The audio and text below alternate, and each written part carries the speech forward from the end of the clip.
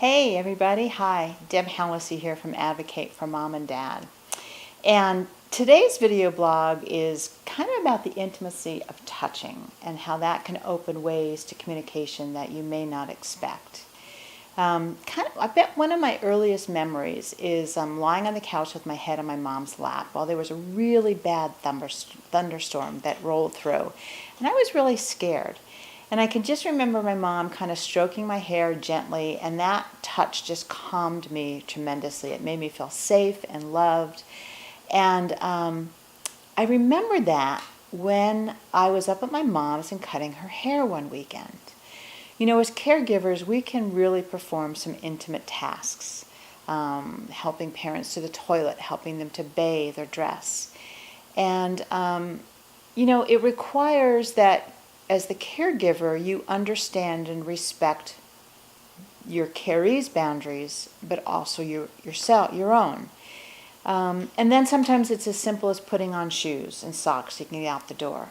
But sometimes when you're doing something like giving someone a haircut or when you are massaging their hands, that's not the time to hurry. You know, taking the time to comb the person's hair and see the different angles, decide if you want to create something new. All of that just really gives you the time to focus on the touch, and that just opens up a level of intimacy that I was surprised by. You know, one of the things I came to realize is that certain tasks requires your loved one to have given up something, like not being able to get dressed or not being able to bathe alone, and that there's grief in them and having to let that go. But we also need to recognize our own grief as we come to terms with how our loved ones are changing. And so a soft touch, an intimate touch, can really help that.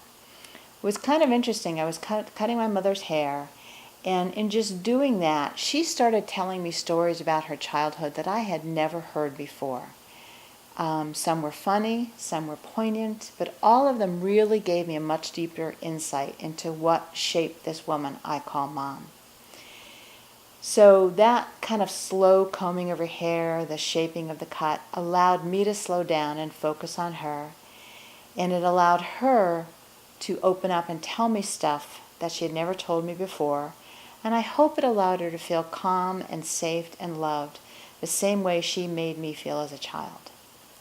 Deb Hallisey, Advocate for Mom and Dad, thanks for joining me.